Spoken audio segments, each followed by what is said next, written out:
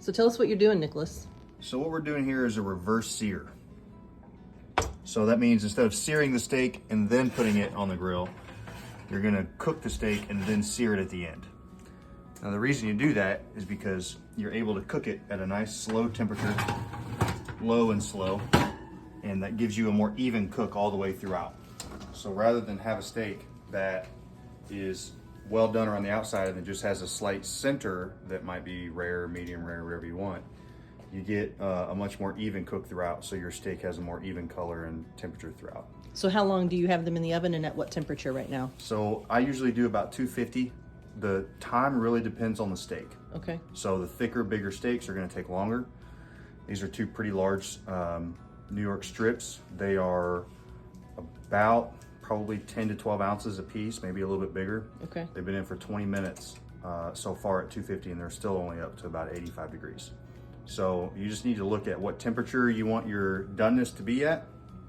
I like my steaks medium, medium rare, which is usually around like 125 internal. So what I usually do is I'll pull these out at about 110, and then I'll put them on a really, really hot grill over an open flame or charcoal, or a very hot skillet with a little bit of oil, maybe some avocado oil or something, because it has a really nice high smoke point. And what that allows you to do is get a really nice cook all the way throughout. It's really even, and then a really good crust on the outside. Now the trick to searing and getting a good crust is that once you put it in the skillet, you gotta let it sit. You can't be moving it around. You need to get it down, let it sit for about 90 seconds, roughly, maybe a little bit more than that, depending on how much of a crust you're looking for. But then once you've hit that time, you can flip it. You don't wanna sit it, keep readjusting it and all that, because you're pulling all your sear and all that crust off. But yeah, so that's kind of the basics of a reverse sear. Okay. So they're at about 80 right now. We need them at about 110. And then Yeah, you'll we need take them them at out. 110, and then I'll take them out, and I'm gonna put them on the grill. I've got the grill heating up now. Okay. At what temperature for the grill? Well, the temperature isn't really necessarily the issue. It's the heat source. So we just want it, the grill might be 250, but if I've got a really nice hot, I'm using a pellet smoker. So if I've got a really nice hot fire pot in the middle that I can open the grate, put them directly over that, that's fine. I'm also trying to cook chicken at the same time. So I need to maintain a high enough temperature to cook the chicken. That way when I go out there, I'm not prolonging this cook any more than necessary. Gotcha. So I set the grill at about 400. It's a little cold outside right now, so it probably won't get quite to 400, which is fine.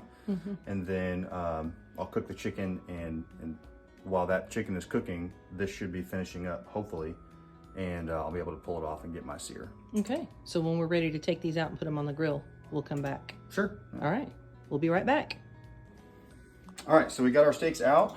Their temperature right now is about 105 internal, so I just use a meat thermometer to take the temperature. That's the easiest way to make sure that you're cooking your meat to the proper temperature without overcooking it and drying out whatever you're cooking, especially when you're cooking something like chicken breast.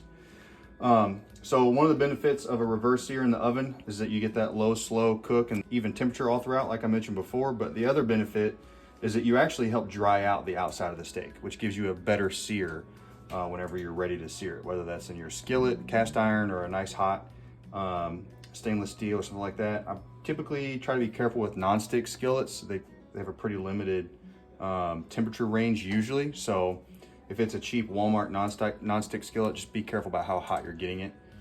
Usually a cast iron is the best way to go. So That's now, if you're doing it on the stove. if you're doing it on the stove, Okay. yes. But now what I'm gonna do is take these out to the grill, open up my grate so I can get some exposure to that fire pot that's in there in the pellet grill, and get a good sear on it, and I'll flip it up on and kind of render some of this fat as well. Nice. Okay. All right. Let's take it out there. I'm going to follow you.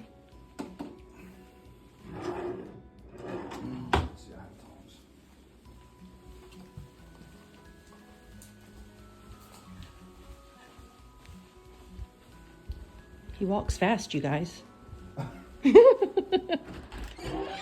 All right, out on the porch we go. Here's the grill. Nicholas got this really cool, what do you call this blanket thing? Oh, I call it a grill blanket. You can also call it like a puffer coat. It's like a Columbia jacket, for a grill. It just helps you maintain nice warm temperatures in the cooler weather. So when it's cold. No, that's a struggle that pellet grills have. It's hard to maintain a nice hot temperature when it's cold outside. So And I'll be honest, you know, if it's really, really cold, especially below freezing, it's still going to be hard to maintain a high temp to grill. Sure. But typically, if you're going to smoke something around 225 to 250, somewhere in there, this will help you maintain that temperature. Yeah. And I leave mine on my grill all year round because it just makes my grill more efficient in the summertime. Okay. And where did you get it? I got it on Amazon. Oh, okay. Yeah. Well, guys, I'll put it on my Amazon storefront. So Dale got that for his birthday. Nicholas brought that for him for his birthday. I want to turn a flashlight on here so you can see. All right. So Ooh, we've look got at that the chicken chicken. on here now. That chicken looks Go ahead good. and flip that over. Oh my gosh, that's beautiful. Claire and I are having chicken, and Dale and Nicholas are going to have the steaks. So there's my fire pot. Oh, yeah. That's the flame I'm talking about. Oh, that's pretty. So I'll just get these steaks, put them right there. Now, like I said, once you place it, you want to leave it. Don't move it around. Don't do anything like that because you'll end up scraping off. A lot of what happens, a lot of where you get that sear from is a combination of the moisture content of the outside of the steak, but also what type of seasoning you put on there. Okay. So usually for a decent steak, I pretty much only put salt and pepper. Is that what you used tonight? Yeah, that's what I use tonight. I very rarely use any sort of seasoning other than that, honestly. Okay. But you know, whatever you prefer, whatever your preference is what it is, right? Okay. So season it how you want. But that seasoning, in combination with a nice dry exterior, is what's going to give you that good sear. Okay, awesome. All right, guys. Well, when they're ready to come off, we'll come back and show them to you. We'll be back. Looking forward to it. All right, guys. So we're going to take a look real quick at our sear, see how we're doing. I'll grab my flashlight here because it's kind of dark outside. Ooh, Those look at nice that. grill marks. Oh, that is beautiful. Look at that. That's kind of what you're looking for. Yep. And what I'll do whenever I'm done is I'll actually flip these up on their side, and there's always a little bit of fat on the outer edge, and I'll set that down onto the grill and kind of cook it a little bit as well. Nice. Whew, that's going to be delicious. Hopefully, we'll see. Okay. All right, guys, we're going to take a look real quick, see how we're doing on the other side. Looks like they're doing pretty good. Oh, yeah. Yeah, they look good. So now what I'll do is put them on top of each other like this, fat on both sides. And I will grab them with the tongs, a little bit of a balancing act here. Set them on there just like that. Woo, look at that fire. Well, that is that fat cap rendering. Yeah. You can see it there on the underside. Yes, yes. So we want to try to get that nice and crusty.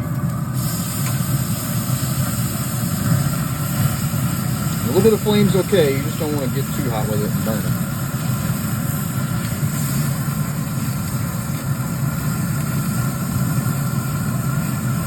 Remember, the only thing that you can't do to a steak is uncook it. So if you're unsure about your internal temp, it's always better to undercook it. You can always put it on the grill for a little longer, but you can't take that time away. Makes sense, yeah. Boy, that's beautiful. I wish you guys could smell it. It smells so good. So now we got a nice that's caramelized gorgeous. fat Look at cap that. there. Yes, Those steaks are ready to eat. that is gorgeous. Now, we just need to check the temperature on the chicken. Make sure it's safe to eat.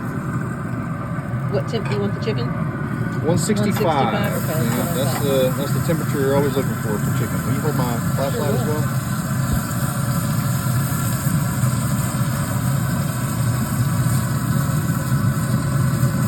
That says 138. And this one.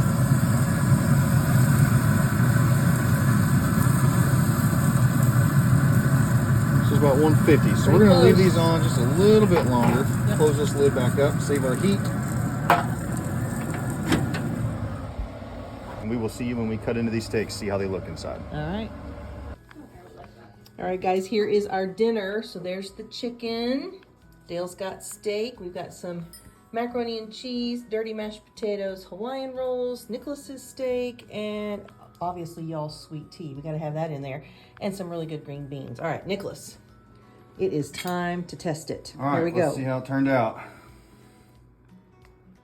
Feels pretty good. Just cut it right down the middle Oh, here. that looks really nice and tender. Oh, look at that. So that's a decent medium there. Yeah, that's If beautiful. you wanted a little rare, you just cook it a little less. That is so pretty, Nicholas. It looks pretty juicy. Let's try a Nicely bite. See how it done. is. Thank you, Lord, for this food. Amen. How is it? It's a good steak. Tender? Mm-hmm. Nice. Yeah. Well done, son. You guys are going to enjoy that. All right, guys, we're going to have some supper. We love y'all. Remember, keep those words pure and sweet. Love on each other and shine that light bright. We'll see you in the next video. Bye.